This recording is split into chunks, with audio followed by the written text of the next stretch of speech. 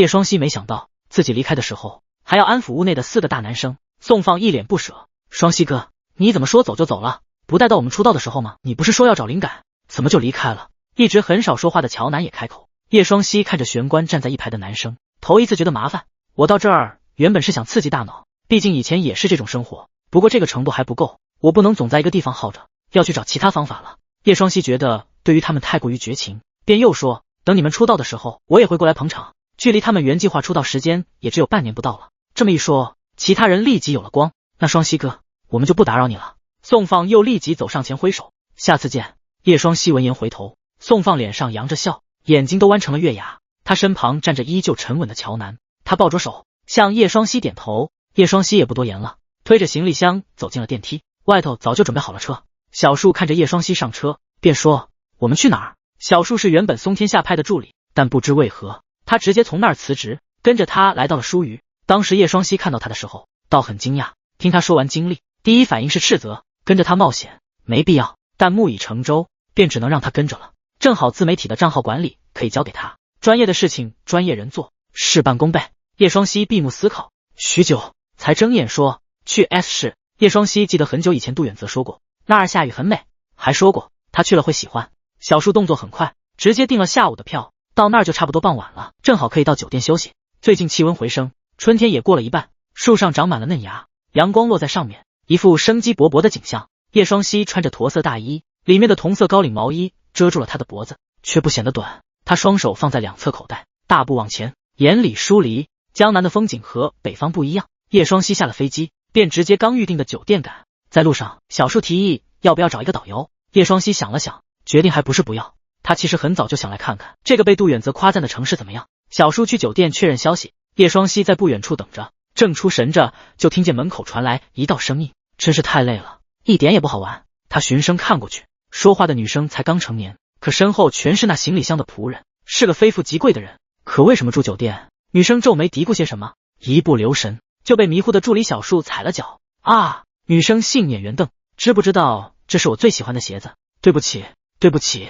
小树立即向她道歉，可显然女生并不想放过她，一句对不起就完事了吗？知不知道我这是限定款，保养都要花钱的。叶双熙皱眉，为了防止事态严重，便上前干涉。这是我的助理，他不懂事，请问您这双鞋多少钱？我们赔。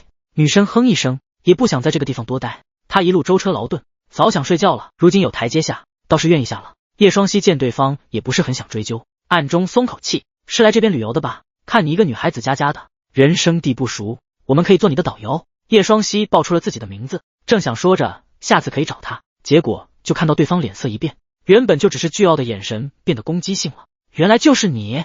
这种纠纷的事情在酒店门口闹，很引人注意。叶双熙带他回了酒店房间，女生也不想在外面这么失态，有辱自己的形象。叶双熙去酒店房间的路上，正思考着这个女生的反应，不像是粉丝，更不大可能是黑粉，但又是这种敌意的语气，叶双熙根本想不起来自己惹过谁，更何况还是一个刚成年的小女生。叶双熙对于这种节外生枝、容易结梁子的事情，都保持一种能不说话就不说话，能认错就认错。上次疯狂的事情还是主动和杜川断绝关系，他在外头的形象就是一个好说话好欺负的兔子，不然杜川才不会这么惊讶。叶双熙思来想去，还是想不到答案，心想着顺应而为吧。小树在叶双熙旁边不敢吱声，他见叶双熙进女生房间，正要跟上去，结果女生回眼瞪了他，他前也不是，退也不是。叶双熙给了小树一个眼神，低声说，没事，叶老师，要是他做了什么事，我在外头一定会冲进来。叶双熙失笑，一个小女生能做什么？但还是点头。女生坐在沙发上，她没有给叶双熙指示。叶双熙站在一旁，你认识我？女生眼里不屑，你值得我认识，不是黑粉。叶双熙心里暗自画叉，这就好办了。他像是变戏法一样的拿出一个娃娃，是一个棕色的小熊，半人高的样子，藏在他身后。我见你在前台多看了几眼，便买了下来。叶双熙笑眯眯地说，算是作为我助理的欠礼了。女生直勾勾看着那个玩偶，听完叶双熙的话，也只是抱手侧头哼一声。叶双熙把玩偶放在女生旁边，女生这才上手摸着玩偶，但不想让别人看出来，一摸即离。可过几秒，手还是忍不住上前，这个小动作在叶双熙眼里无处遁形。叶双熙无声地弯了弯眼，你别以为这样我就能原谅你了。女生咳了一声，话虽如此，但明显能看出来她早就不生气。我对你印象很不好，你这个抢走杜哥哥的人。女生恶狠狠地瞪他。叶双熙听到里面的杜哥哥阳了没？杜远泽的事还是杜川的？叶双熙斟酌语气，试探地问一句，杜川，毕竟他和杜川之前是光明正大的夫妻，连他和杜远泽的关系很少人知道，连杜川都没有查到。杜远泽也不是到处说的性格，一般叶双熙不说没人知道。结果小女生一听到这个名字，脸色更沉了。谁说他了？我一点都不喜欢他。原来是杜远泽。叶双熙大概知道他是谁了，不过他也不喜欢杜川。叶双熙心情愉悦了不少，对这个女生的坏脾气更包容了。没想到让胡大小姐这么生气是我的错，要不我免费当做你的导游，算是请罪了。这还差不多。胡雪煞有其事点头，等反应过来，瞪眼，你说什么？你认出我了？说完自己思考了一下，难不成杜哥哥跟你说起过我？叶双熙笑，难得吊着别人胃口。你猜？外头早已深夜，国外独特的风韵在霓虹灯中展现出来。写字楼高层，杜远泽安排完最后的任务，揉了揉眉心，神色倦怠地望向窗外。杜总，我订了明日下午的机票，您现在可以先好好休息。在一旁的助理斟酌着语气，说着，他看着杜总不分日夜的工作，像是有什么事情要他回国去做，但助理不敢问。杜远泽点开手机，但想起对面人的时间应该是凌晨，便再次放下，改一下机票。您说。助理虽然有些累，但一听到杜远泽的话，立即打起20分的劲。杜远泽想起前几天和马季的对话，思索了一下，便笑一声，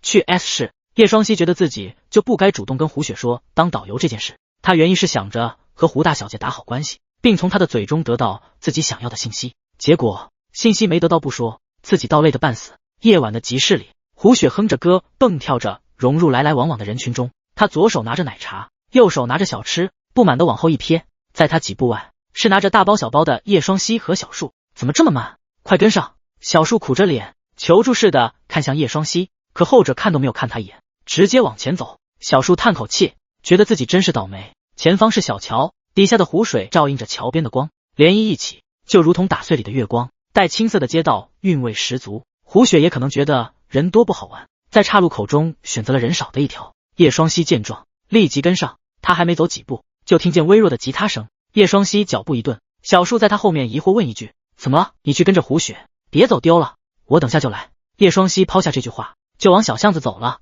小树话还没说，就听见胡雪抱怨一句：快来，真是磨磨唧唧，下次不找你们了。小树委屈，他脚尖一转，快步赶上胡雪。小巷子很窄，开口只能横着走，到中间开始慢慢变宽。叶双熙走到巷子出口，他循着那阵吉他声一路走过去。这儿零零星星只有几人，叶双熙不怕被人认出，便摘了口罩。走了没多久，他便找到了那吉他声的主人，是一个学生模样的男生。他闭目弹着弦，丝毫不在意路人的眼神，沉浸在自己的世界里。叶双熙心一动，走上前，他蹲在男生对面，默默听着。而那男生好像并没有意识到有人为他停住，或者说他并不在意。一曲完毕，叶双熙微笑，弹得不错，谢谢。男生嘴上道谢，可神情里全是心高气傲。叶双熙并没有因为这自大的语气恼羞成怒，他太懂这种熟悉的感觉了。曾经他也是这么骄傲，从小就众人瞩目，自然觉得这些夸赞理所应当。你的吉他能借我弹弹吗？男生皱眉，明显不想让外人碰他的吉他。叶双熙也不急，笑眯眯地看着男生。男生也没想到自己竟然还能遇到这种脸皮厚的人，脸色不悦，把吉他递给叶双熙。不过他自己站在身旁，抱着手看着叶双熙。叶双熙自是没有看他，低头调了琴弦后弹了起来。自从自己的灵感来得越来越多，他也尝试着做了些曲。不过杜远则最近一直在忙，正巧碰上一个。叶双熙先弹了几个键，活动手指，热身过去，才开始弹。一开始吉他声是低沉的，让人莫名心生不安。冗长的前奏结束后，就如同黎明刺破黑暗，野草在夹缝中窥见光明般，调子欢快起来。男生原本只是冷漠地看着叶双熙，但在这曲调中，他慢慢直起身，眼里有了认真，特别是在中间流畅的指弹中，开始眼里闪着光。叶双熙没有看到男生的变化，认真弹完吉他，正准备问男生的评价的时候，抬眼看到了不远处站着的男人。那男人被同松柏般站立，路边的灯光照在他身上，分割成一块块的阴影。男人插兜笑一声，怎么觉得我没用，就跑去问别人了？叶双熙没有想到自己竟然能遇到杜远泽，一开始他还以为是幻觉，闭眼又睁眼，发现人确确实实站在那儿，下意识想起身跑过去，但想起了什么，立即止住了自己的动作。他表面上仍是平静。你怎么在这？杜远泽漫不经心地说道，再不回来人都要被抢了。叶双熙假装没有听懂这句话的意思，刚开口，身后就刮来一阵风，他只瞅见身旁有一个白色身影刮过，下一秒就看见不知从哪儿来的胡雪蹦跳在杜远泽身上，如同考拉抱着树。杜哥哥，我终于见到你了。胡雪撒娇。杜远泽面无表情，但是细看又能看出其实他并不是很开心。他扒拉着胡雪丢到一边，但我并不想见到你。胡雪一听，立即瞪着叶双熙，杜哥哥，是不是因为这个人，所以你才不想理我？叶双熙没想到自己会无辜躺枪，一脸疑惑地摊着手。后面的小树看着神似修罗场的画面，莫名觉得自己不能掺进去，便往旁边靠了靠。看到同样在角落的大学生，讪讪笑一声：“你是不是也被他们骂过？”结果那个一直不说话的大学生回头瞪他一眼，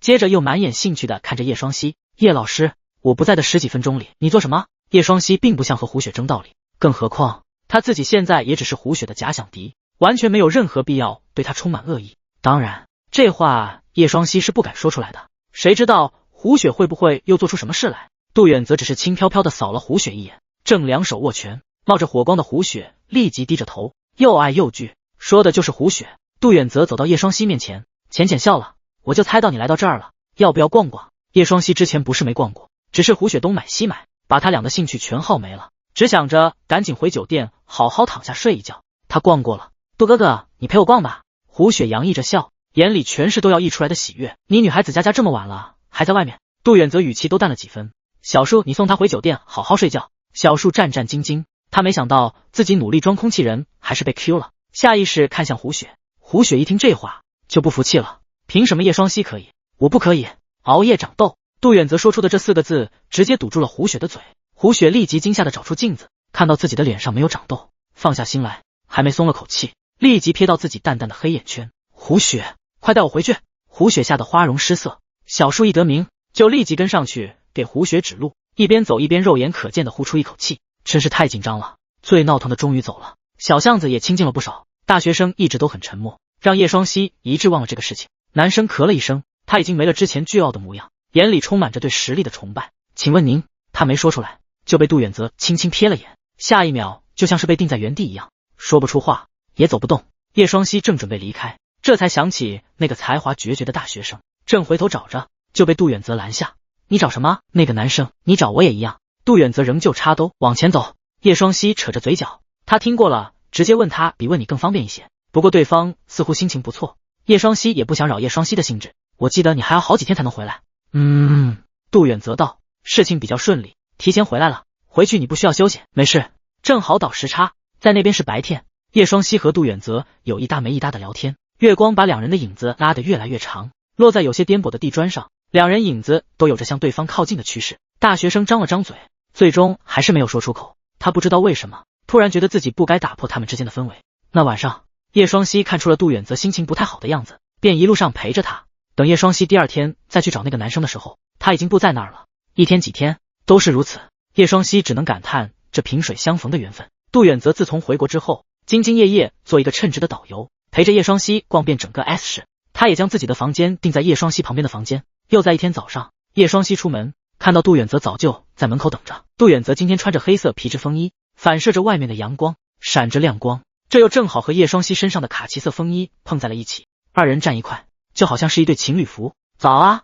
杜远则原本是懒洋洋的看着走廊外的阳台，听到叶双熙门口的动静，立即反头洋溢着笑。叶双熙愣了一下，回以一笑。叶双熙走在最前面，杜远则在后面亦步亦趋。明明只是简单的行为，让最后面的小树有种融不进的想法。原本他们可以让工作人员送饭进房间，但他们都不约而同去同层楼的大厅吃饭。他们几人都定在高层，比较贵，所以楼上的保密性做得比较好，再加上胡雪带过来的保镖守在门口，叶双熙没有自己的行程被暴露的风险。叶双熙两人一前一后到达大厅，胡雪早就坐在了位子上，他身旁的管事一口一个祖宗喊着：“大小姐吃点东西吧，要是让胡董知道了，我非要辞了职不可。”好几天都没见到杜远则的胡雪自然不干，他从不对底下人共情，更何况他并不需要。你的事和我有什么干系？今天不见到杜哥哥，我就饿死在这里，你们准备着给我收尸。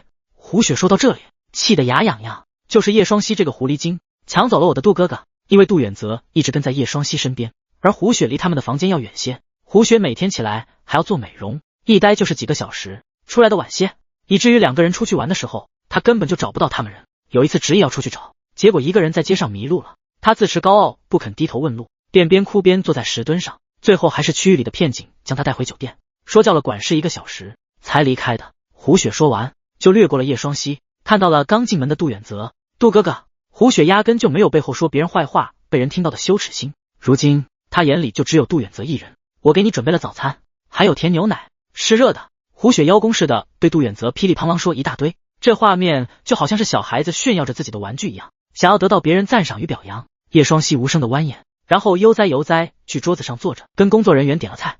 我不爱喝了。杜远则像是揪着小鸡般揪着胡雪，最后大步向前，坐在叶双希旁边。我和他一样。叶双希是最先反应过来的。你不是不喜欢吃辣吗？杜远则轻轻说一句，眼神倒是幽怨极了。你原来还知道我不喜欢吃辣。叶双希突然会想起之前面对杜远则时，为了报复他做了一桌子的辣椒，虽然都不辣，但恶心杜远则足够了。叶双希当时就是这么想的，现在被正主说出来，又觉得自己特别幼稚，十分识趣的不再讲话。比叶双希还要反应剧烈的是被提着的胡雪，他满眼震惊。杜哥哥，你不吃我给你准备的早餐？他可是难得早些出来一次，就是为了给杜远则示好。没有，我只是我爱吃，你不爱吃甜的了。胡雪情绪瞬间低落下来，满脸受伤。叶双希难得多看胡雪一眼，我只是突然喜欢吃辣的而已。杜远则并不在意胡雪心中所想，他愤愤地盯着叶双希，就是你，狐狸精，无辜受骂。不过叶双希素质很好，并不在意胡雪嘴中嘟囔的多难听。如果他在意的话，现在恐怕就不在这儿了，可能就是在精神医院里了。骂他的人这么多，他总不能一字一句都听进去吧？反倒是杜远则先轻飘飘扫了胡雪一眼，一句话还没说完的胡雪下意识闭紧嘴。几人就这样吃完了早饭。今天去你最喜欢的湖边玩玩。杜远则在手机上翻找着，最后对叶双希说，我又没去过，你怎知道我喜欢？我猜的。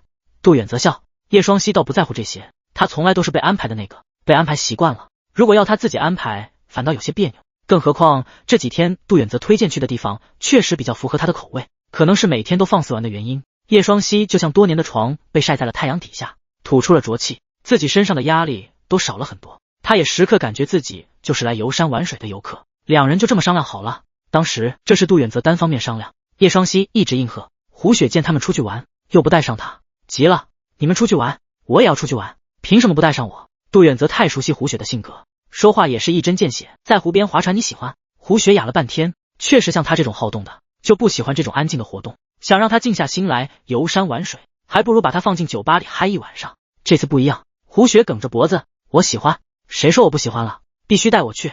在一旁不敢作声的小树只能心中默默吐槽，叶老师也很少带他出去。叶双希也不想闹得太僵，便出来缓和气氛。谁说不带你去了？一起走吧。杜远则眼神轻眯，不可置否。胡雪眼神欣喜，察觉到对面人是叶双希，也只是傲娇的撇头一哼，我告诉你，别以为你这样我就会同意让你和杜哥哥在一起。杜远则一记眼刀甩了过来。胡雪没再说，只是眼神仍不服气的看向叶双希。叶双希也听到了胡雪嘀咕的那句话，他只觉得好笑。现在他的经历怎么能让他自己不介怀过去？这原本就是不可能的。更何况杜远则似乎也不想聊起这个话题，二人很默契的不再继续。准备走的时候，胡雪掩盖不住情绪，喊了一声，像是自己获得什么胜利一样。杜远则起身时轻声哼了一句。他们今天去的是市内有名的一片湖，在其中还有一片园林，古风古韵的气质确实很符合叶双希的美感。小树没有跟上来，只有他们三人，但在外人看来，他们三人有种莫名的氛围。杜远则并不管胡雪在不在，只和叶双希说话，而胡雪讨厌叶双希，只想和杜远则聊天。叶双希作为中间人很不好受，但并不厌烦。直至傍晚，杜远则也不管胡雪反不反对，就带着叶双希去了湖边坐船。胡雪在后面气得直跺脚，他觉得自己真是不支持，跑过来就是吃着他们俩的狗粮的。湖面上的温度比地面上的要低，黄昏把湖水染红，木船路过的时候像是打碎了颜料盘。叶双希看向杜远则，杜远则坐在船头，他仰看天空，身上的皮质黑衣就像是黑洞，吸食着身边的颜色，成为红色中最清晰的一抹黑，也吸食了叶双希眼里的目光。叶双希心里一直都只有一人，他从前的追求者众多，但曾经心高气傲，从不为任何一人多看一眼。直到杜远则出现，他才知道喜欢一个人是不会在意对方的性别的。而现在这一幕，莫名让他死寂的心脏开始砰砰直跳，脑海中混沌的迷雾像是被某种东西劈开，这种感觉是这几年从未有过的，陌生但又熟悉的感觉。回到酒店，叶双希把自己锁在房间内，拿出自己随身携带的纸张。那一晚上，他的文泉私咏，脑海里的旋律就顺畅地留在纸张上，成为一个又一个黑色的音符。一直到天色破晓，叶双希躺在自己的稿件上，嘴里又一丝满足的喟叹。叶双希还没有把这新写出来的曲子弹给杜远则听，就先看到莹姐的消息，公司给你安排了综艺，在 S 市录制。这是他第一次以疏于公司的艺人再次露面，这不仅是代表疏于公司，更是代表他自己的商业价值。总之，这一次的综艺十分重要。莹姐也知道叶双希的情况，特地强调一句，这一次能拿到一个镜头是一个镜头，不能再像之前那样躲在后面当背景墙了。莹姐在接手叶双熙的时候，便看了叶双熙所有的片段，阅历成熟的她知道叶双熙的不足在哪。叶双熙皱眉，这确实不像是她的风格，可是她确实要该改变了。对于这个消息，最开心的便是胡雪了。你怎么就走了呀？胡雪虽然说着遗憾的话语，其实嘴角早就抑制不住的笑。这样的话，杜哥哥就只有我们两个去玩了。在不远处打电话的杜远则闻言瞟了叶双熙一眼。叶双熙在这几天相处，他早就看出了胡雪其实并不是个心机女孩，只是从小就养尊处优带出来的跋扈而已，心眼不坏。叶双熙笑，顺着胡雪的话，确实是，下次见。胡雪笑容一僵，谁要跟你下次见？我才不要。小树率先带着行李走了。叶双熙正要打电话给小树的时候，就听见杜远则说，我和你一起回去。别说是胡雪了，叶双熙也没有反应过来，可是我已经买好票了。我有票。杜远则拿出来，叶双熙拿出去看，好巧不巧，就是在他旁边。胡雪感觉自己的心情就像是坐过山车一样，刚登上最高峰，还没欢呼就又被抛向了谷底。胡雪恼羞成怒，只揪着叶双熙骂。他说的词无非就那几个，对于叶双熙来说，在这几天已经免疫了。在胡雪气急败坏的声音背景下，叶双熙转头看着杜远则，刚想开口说什么，就被杜远则打断。现在也很久没有回公司了， V2 的进程要到收尾阶段了，现在有很多杂七杂八的事项要布置。杜远则简单解释完，叶双熙动了动唇，也没再说什么。原来是自己的自作多情，叶双熙心里想着，不禁失笑一声。两人行李不算多，叶双熙特地等着杜远则一起上车，两人在车上无话。小树也识相把自己当空气人放轻呼吸。叶双熙因为昨晚熬夜智取，一直都没有补觉，现在车上安静极了，再加上音乐也很舒缓，如同摇篮曲，让他忍不住割起眼皮。杜远则自己也在一旁想事情，余光瞟见叶双熙昏昏欲睡的样子，不动神色的移动身体，把叶双熙的头往他的方向挪去。叶双熙也在手的推动下歪向了杜远则的肩头，又被杜远则的手稳稳拖住。叶双熙没有被这个失重感惊醒，杜远则低头看着睡着的叶双熙，拖住叶双熙的手碰到了叶双熙的脸颊，顺滑还带有 Q 弹。还是瘦了。如果叶双熙听到这句话，一定会炸毛反驳，他这个月还长胖了不少，完全是被杜远则投喂出来的。杜远则似乎十分不舍得放下手，虚虚一握，似乎想把手中残余的温度和触感握在手中。副驾驶的小树虽然眼观鼻鼻关心，可是他又不瞎，默默在镜子里看着两人的互动，眼睛慢慢睁大，特别是看到杜远则看着叶双熙的眼神带有浓稠的情绪，更是悟了。他就感觉怎么叶老师和杜总关系这么奇怪，还有胡大小姐对叶双熙抱有这么大的恶意。这段期间他一直都没想明白，现在他知道了。不过小树也是经常关注圈内的事情的，特别是自己主子的事情更是会多听两句，不管是真的还是假的。所以他也知道叶双熙的前夫可是杜川、杜远则的亲弟，两人现在的关系有这么不清不楚，只能说贵圈真乱。虽然说现在叶双熙和杜川离了婚，可那是跟了自己亲弟的人啊，以后再见面不会尴尬吗？小树这些感慨一直是须臾之间有的，等回神才觉得自己杞人忧天。别人都是有钱人，想玩什么和他这个月薪几千的明星助理半毛钱关系都没有。小树小事上日常迷糊，在这种情况下还是立马看得出大局的，便立马装瞎子。很快就到了机场，小树下车，在杜远则的注视下叫醒了叶双熙。等叶双熙回神，杜远则就已经走了几米远了。小树没有和他们一起坐头等舱，在去商务舱的时候，把毯子交给了杜远则，说这是给你们休息时盖的。杜远则多看了这个默默无闻的助理，眼里有了几分赞扬。多谢。在一旁蒙在鼓里的叶双熙，你不是我的助理吗？叶双熙上下打量了小树几眼，心里猜测他是不是吃错药了。而小树顶着两方人的目光离开了两人的视野里。走吧。杜远则勾着嘴角，心情还很好，不然赶不上了。叶双熙这次终于再次见到了莹姐，她穿着商务服，温柔的面容一板，站在叶双熙身边，直到了叶双熙的胸前，就像是偷穿了母亲衣服的小孩子。可是莹姐一开口，有时另一模样，和外表不相像的嗓音能震上一震。如果面前有打架的几人，她一开口恐怕如同教导主任到来的威力。叶双熙和莹姐不熟，在她身边装乖点头。杜远则在旁边难得看见叶双熙这个模样，好奇的多看几眼，结果就这个原因，也跟着三人去了录制现场。叶双熙一回头就看到还跟在他旁边的杜远则，沉默一秒，你不是要回公司吗？杜远则随性极了，直接用手枕头往前走。那儿不急，我先玩一玩。叶双熙眼神揶揄，但没有说什么，只是眼里有两人都知道的心照不宣的笑意。杜远则的到来让导演组有些猝不及防，总导演立刻出来，满脸笑容带着杜远则去坐，不料遭到了杜远则的拒绝。杜远则看上去漫不经心，其实眼睛直盯着一处，眼里迸发出火了。果然只要不盯着，就会有其他人像飞蛾趋光一样找他。现在的叶双熙正被一个正太模样的男生抱在怀里，两个人都满眼欣喜，特别是那个男生。莹姐很忙，他找叶双熙谈了话之后，讲解了综艺台本，留下一句好好表现，便坐车扬长而去。叶双熙正想着怎么样才能不突兀的抢镜头，毕竟他的咖位摆在那里，就算参加了镜头不会多之会少。正想着就看到了不远处的景策，景策也是刚下车到这儿来，他身后的经纪人如同老母亲嘱咐好几遍，正巧不巧也让叶双熙听见了。这一期叶双熙也会来，他现在正被胡家针对，别像以前凑上去给公司添堵好吗？知道了知道了。景策很不耐烦，随口应着，我不会和他打任何招呼。这下满意了吧？经纪人已经说了几遍了。见景策也像是听进去了，正要露出欣慰时，就看到了景策眼睛闪着光，他心觉不妙，还没开口阻拦，景策就像是脱离人群的大雁，飞向不知名的地方。经纪人不想说话，经纪人心凉了，叶哥，你过去也别喊出声，要喊出声也别喊这么大。经纪人心又凉一截。叶双熙也是听完他们俩的全对话，见到景策仍旧飞奔过来，忍不住笑了。叶哥，好想你啊。景策如同巨型大狗扑到叶双熙的怀里，嘴里呜呜。叶双熙回抱住，好久不见。两人就这样开启了话题，正聊得不亦乐乎。总导演看着杜远泽的神情，又瞄了瞄神色飞舞的叶双熙，手一拍，懂了。杜远泽作为杜川的弟弟，也不想让弟弟竟然这么难看，正想着报仇呢。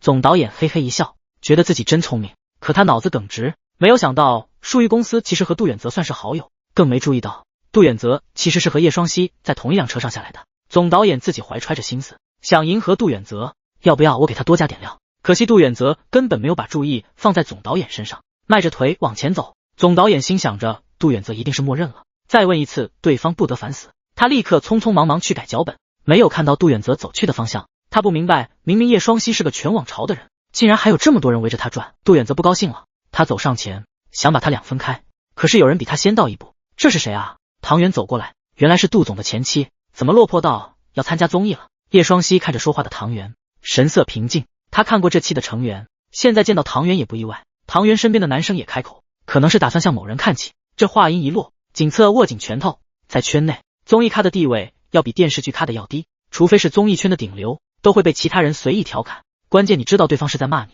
可你还要忍住。叶双熙看着说话的男生，容貌上等，看上去高冷不可亵玩，其实底下的肮脏不比唐元差。他们两人都是松天公司的，两人最近上演了一部电视剧，如今正需要高流量来宣传电视剧。叶双熙一听对方还连带着景策一起嘲讽，适时开口，不像某些人只会靠别人。两人冷笑，这又怎么样？圈内是只看结局，不看过程，说到底还是我赢了。唐元笑得花枝招展，小杜总对我可是比你要温柔多了。叶双熙不觉得这种手段有什么好炫耀的，只是眼神怜悯地看着唐元，多谢你让我看清，能用容貌一时，但不能用容貌一世。高位者不缺角色，徒有其表的人只会盛宠一段时间，然后再跌入谷底。叶双熙对着唐元做了个手势，他握着手，把他放在高处，又往下移，在其中也张开手掌，可能怕对方看不懂，嘴中拟声啪。唐元脸色难看，他没想到叶双熙不仅不动怒，还用这种方式羞辱他们，脚一跺，留下一句你们等着。唐元确实没有因为叶双熙的情绪波动，但引起了一直在不远处的杜远泽的注意。杜远泽看完了全程，神色不明的看着唐元的背影，手指在手背上敲。如果马季在这儿，他一定清楚，这是杜远泽动怒的前兆。下次遇到这种人，他们说的话听听就行了，别当真。叶双熙回头教育景策，景策比叶双熙要小，是队内最小的一个，不免年轻气盛。他低着头，默默接受叶双熙的教导。叶双熙见他难得认真一次，便说多了，毕竟他对于对付语言羞辱的方式经验可不比宫中女人的少。